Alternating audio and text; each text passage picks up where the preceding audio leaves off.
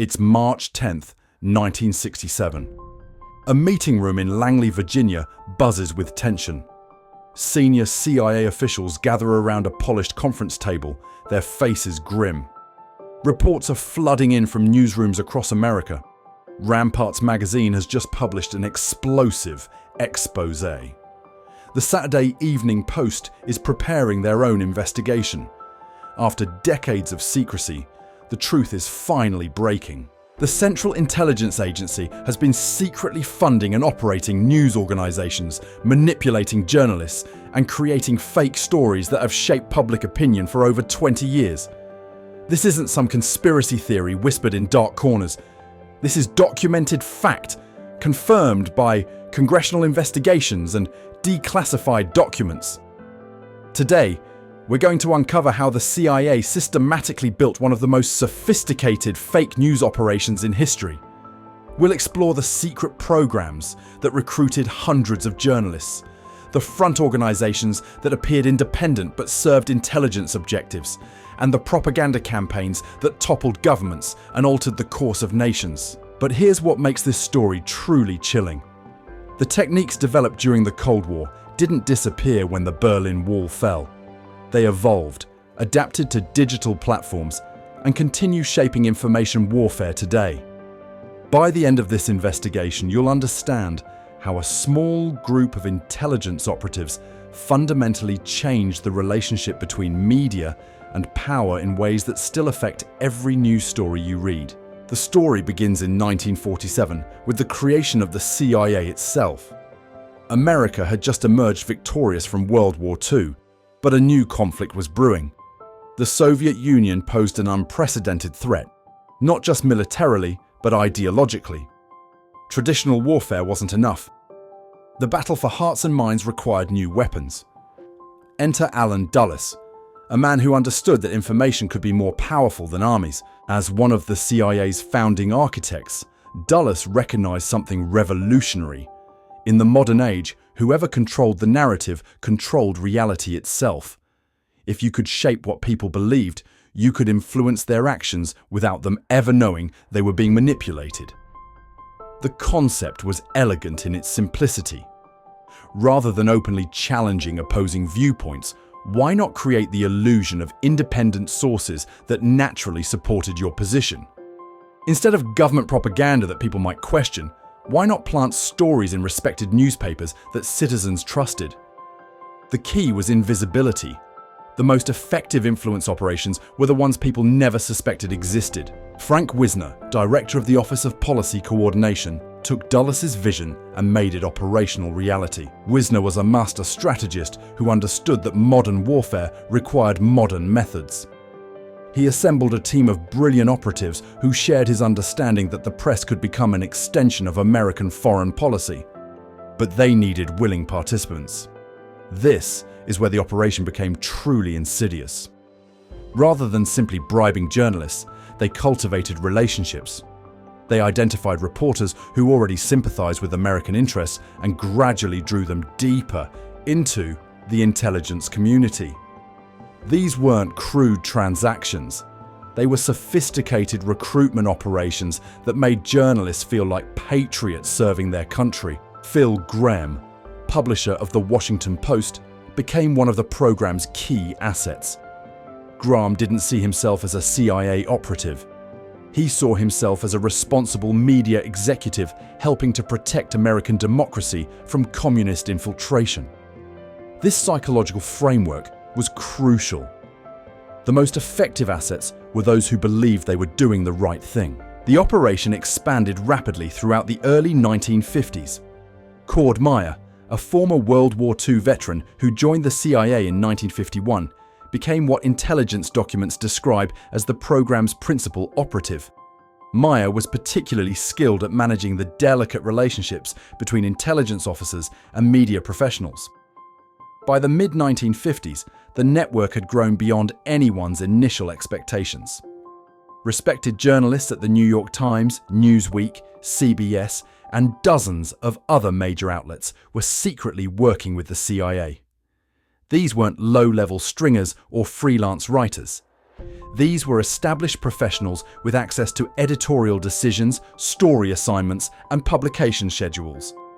The mechanics of the operation were remarkably sophisticated. CIA officers would provide story ideas, background information, or even complete articles to their journalist contacts. These stories would be published under the journalist's byline, giving them credibility they never would have had as obvious government propaganda. But the real genius was in the amplification system. A story planted in one outlet could be picked up by wire services, republished in multiple newspapers, and eventually treated as established fact by other journalists who had no idea of its origins. The CIA had essentially created an echo chamber that could make any narrative seem authentic through repetition across seemingly independent sources. The operation wasn't limited to domestic media. International outlets were even more valuable because they could influence foreign public opinion while providing cover for American stories. A fabricated report published in a European newspaper could be cited by American journalists as foreign confirmation of a particular narrative. Radio Free Europe and Radio Liberty represented the most ambitious components of this media empire. These stations broadcast to Eastern Europe and the Soviet Union, presenting themselves as independent voices of freedom. In reality, they were entirely CIA creations, funded through front organizations that disguise government involvement. The National Committee for a Free Europe, formed in 1949 by Alan Dulles himself, served as Radio Free Europe's public face. This organization appeared to be a private anti-communist group supported by concerned American citizens. Corporate executives, former government officials, and prominent intellectuals lent their names to the committee, providing credibility and cover. What the public didn't know was that virtually all of the committee's funding came directly from CIA accounts. The agency had created an elaborate financial structure that channeled government money through multiple intermediary organizations, making it nearly impossible for outsiders to trace the true source of funding. The broadcasts themselves were carefully crafted to appear authentic while serving specific intelligence objectives. Former Eastern European refugees were recruited as announcers, giving the programs credibility with audiences behind the Iron Curtain. These broadcasters genuinely believed they were serving the cause of freedom, never realizing they were reading scripts developed by psychological warfare specialists. The Congress for Cultural Freedom represented another dimension of this media empire. This organization focused on winning the support of intellectuals and cultural figures who might be sympathetic to communist ideology. By funding magazines, conferences, and cultural events, the CIA could influence academic and artistic discourse without revealing government involvement. The sophistication of these operations was staggering. CIA analysts studied target audiences with the same intensity that marketers study consumer behavior. They identified key influencers, mapped social networks, and developed messaging strategies tailored to specific demographic groups. Documents declassified decades later reveal the extraordinary scope of these activities. Congressional investigators found evidence of more than 200 wire services, newspapers, magazines, and book publishing operations either owned outright by the CIA or operating under its influence. Another 50 media outlets discovered by the New York Times brought the total even higher. The book publishing operations were particularly extensive. Intelligence documents indicate that more than 12 publishing houses were responsible for over 1,000 books, with approximately 250 of them published in English. These weren't obvious propaganda volumes. Many were serious academic works, novels, or cultural studies that subtly reinforce themes supportive of American foreign policy.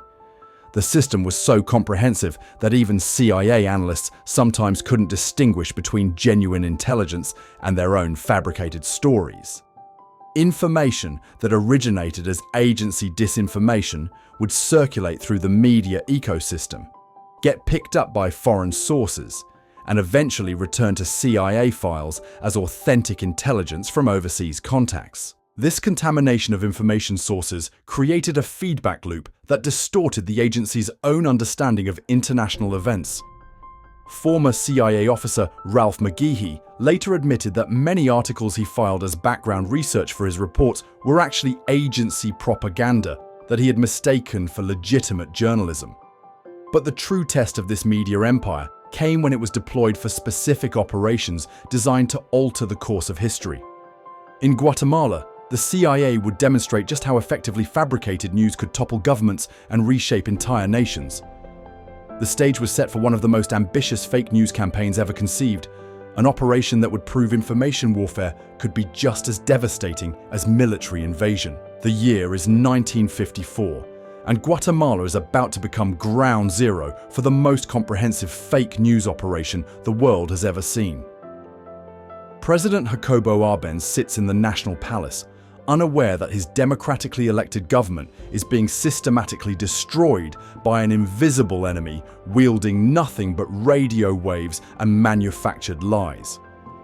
The CIA's Operation PB Success wasn't just about regime change. It was a laboratory experiment in psychological warfare, a chance to test whether fabricated news could accomplish what armies traditionally required. The stakes were enormous. If successful, the operation would prove that information itself could become the ultimate weapon. Alan Dulles personally oversaw the planning, understanding that Guatemala represented far more than a small Central American nation. This was a proving ground for techniques that could be replicated anywhere in the world. The operation received a massive budget of $2.7 million, specifically allocated for psychological warfare and political action. When adjusted for inflation, that's over $30 million in today's money, all dedicated to creating and spreading fake news. The CIA established a clandestine radio station that would become the operation's primary weapon. This wasn't some amateur pirate broadcast. Agency technicians constructed sophisticated transmission equipment capable of jamming Guatemala's official radio signals while flooding the airwaves with carefully crafted disinformation. The broadcasts were masterpieces of psychological manipulation. Rather than obvious propaganda, they presented themselves as underground resistance communications from freedom fighters hiding in the jungle. The announcers spoke with urgency and authenticity, describing fictional battles and imaginary troop movements with the kind of detail that made listeners believe they were hearing genuine war reports. One broadcast perfectly demonstrates the operation's sophistication. The mysterious voice crackled through static, announcing urgent news to the Guatemalan people. It specifically denied that Lake Atitlan's waters had been poisoned, a denial that planted the very idea it claimed to refute. The same broadcast mentioned that rebel leader Castillo Armas commanded 5,000 men, a number pulled from thin air but stated with such authority that it became accepted fact. The genius of these messages was their psychological impact. By denying rumors that didn't exist, the broadcasts created panic about threats no one had previously considered.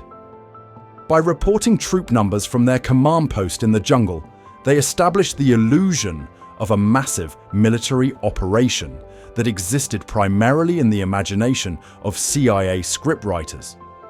But radio was just one component of a comprehensive media assault. CIA operatives had spent months recruiting networks of local assets who could spread disinformation at the grassroots level.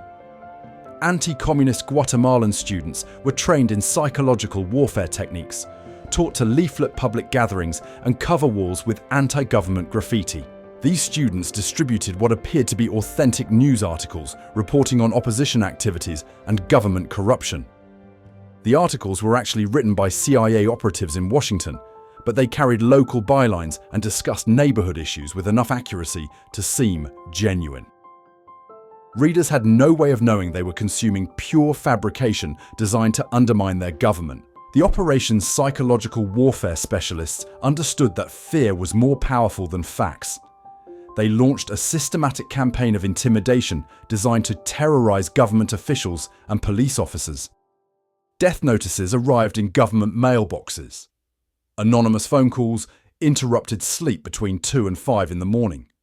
Threatening symbols appeared on doorsteps, coffins, and hangman's nooses that carried unmistakable messages.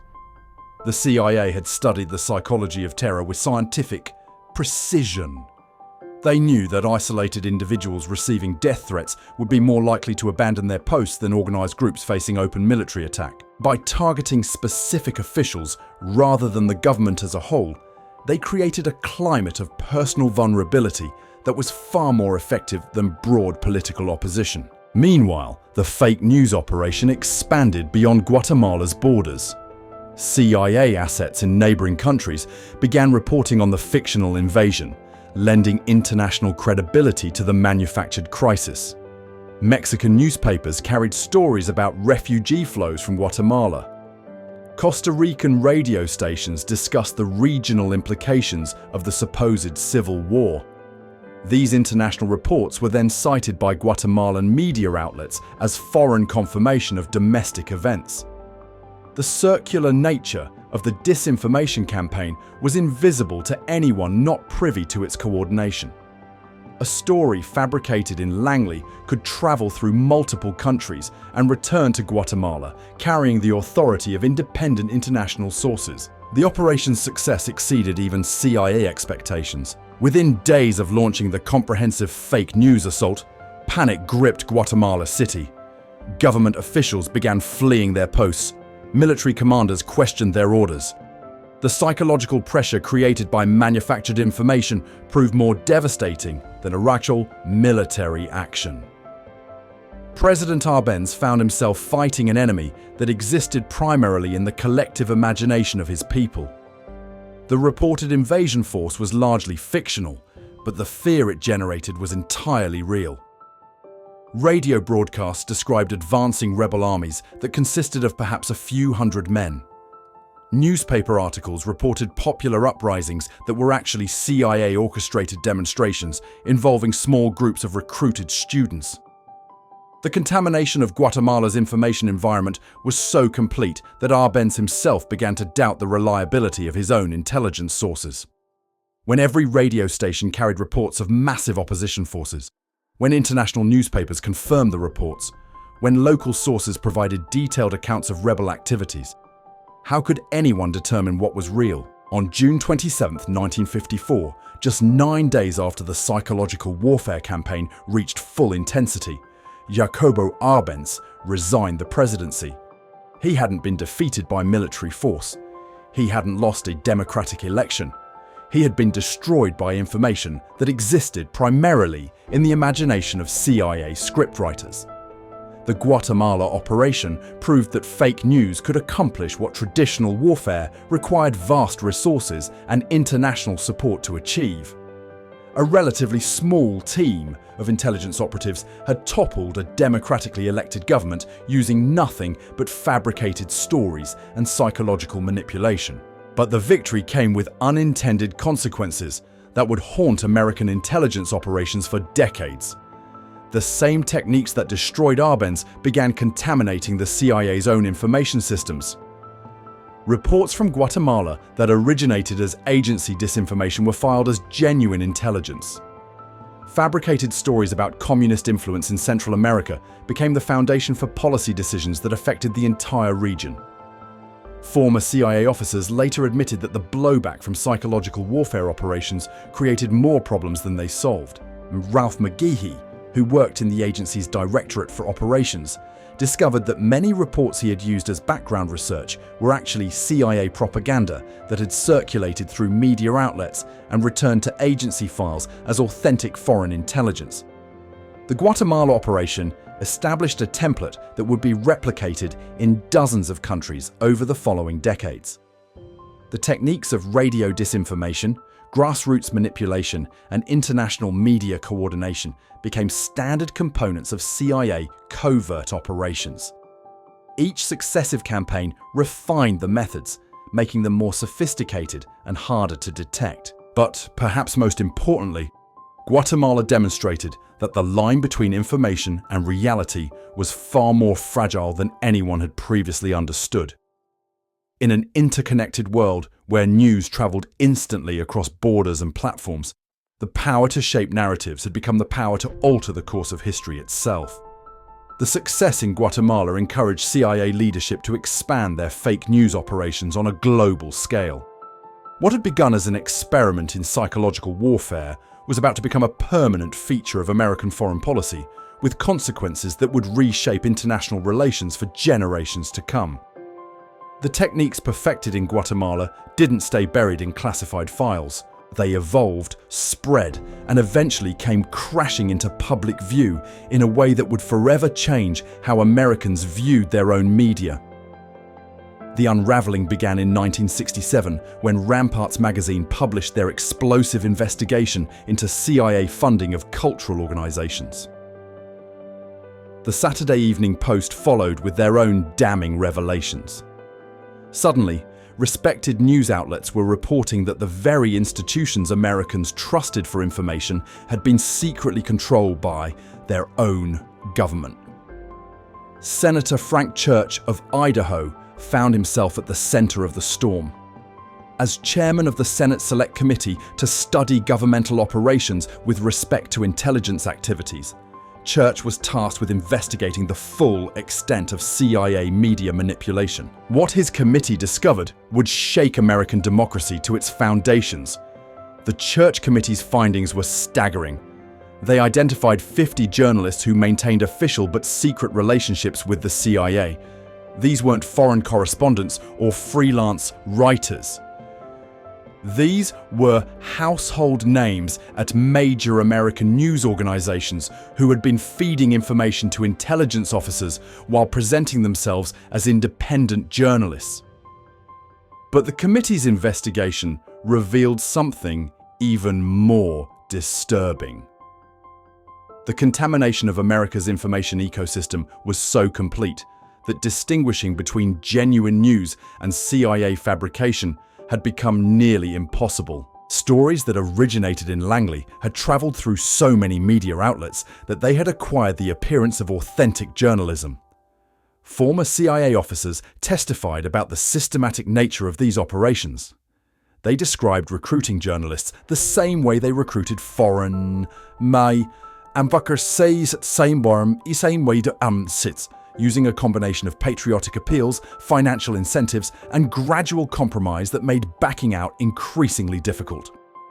The most effective relationships were those where journalists genuinely believed they were serving American interests. The psychological impact on the American public was profound. Citizens who had grown up trusting Walter Cronkite and reading the New York Times suddenly learned that some of their most trusted news sources had been secretly working with intelligence agencies. The revelation shattered a fundamental assumption about the independence of American media. President Gerald Ford responded to the crisis by issuing Executive Order 11905, which banned political assassinations and imposed new restrictions on intelligence operations. The Senate created a permanent intelligence oversight committee designed to prevent future abuses. These reforms represented the most significant constraints on CIA operations since the agency's creation. Yet the fundamental techniques developed during the Cold War didn't disappear. They adapted to new technologies and platforms, evolving with the digital revolution that would transform how information spreads around the world. Today's influence operations bear striking similarities to their Cold War predecessors, but with capabilities that would have seemed like science fiction to Alan Dulles and Frank Wisner. Social media platforms provide unprecedented access to individual users. Sophisticated algorithms can target specific demographics with precision that makes Cold War propaganda look primitive by comparison. The creation of fake social media profiles allows intelligence agencies to build entire networks of seemingly authentic voices that can amplify particular narratives. Search engine manipulation can control what information people find when they look for answers to important questions.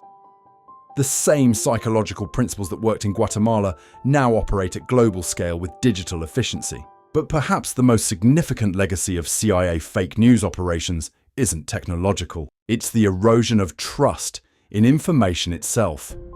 Once people learned that respected news sources could be secretly controlled by government agencies, skepticism became a survival skill. The line between healthy critical thinking and destructive paranoia became increasingly blurred. The revelation that the CIA had systematically manipulated American media for decades created a crisis of credibility that continues today. Every controversial story now faces questions about its origins. Every unexpected narrative shift gets examined for signs of hidden manipulation. The very concept of objective journalism has been permanently complicated by the knowledge of how easily it can be compromised. Harry Rositsky, former head of the CIA's Soviet Operations Division, later admitted that these propaganda campaigns were often counterproductive. The agency's reputation for media manipulation made it harder for genuine intelligence operations to function effectively. Foreign sources became suspicious of any contact with American journalists, knowing they might be unwitting CIA assets. The Guatemala operation, that seemed so successful in 1954, eventually created more problems than it solved. The psychological warfare techniques that toppled Arbenz also destabilized American credibility throughout Latin America. When the truth about Operation PB Success became public, it confirmed every conspiracy theory about American imperialism and made future diplomatic efforts infinitely more difficult. This is the ultimate irony of the CIA's fake news empire. In their effort to control information and shape public opinion, they inadvertently taught the world to distrust information itself. The techniques they pioneered for advancing American interests eventually undermined the very credibility those interests depended upon. The story of CIA fake news operations reveals something profound about the nature of truth in the modern world.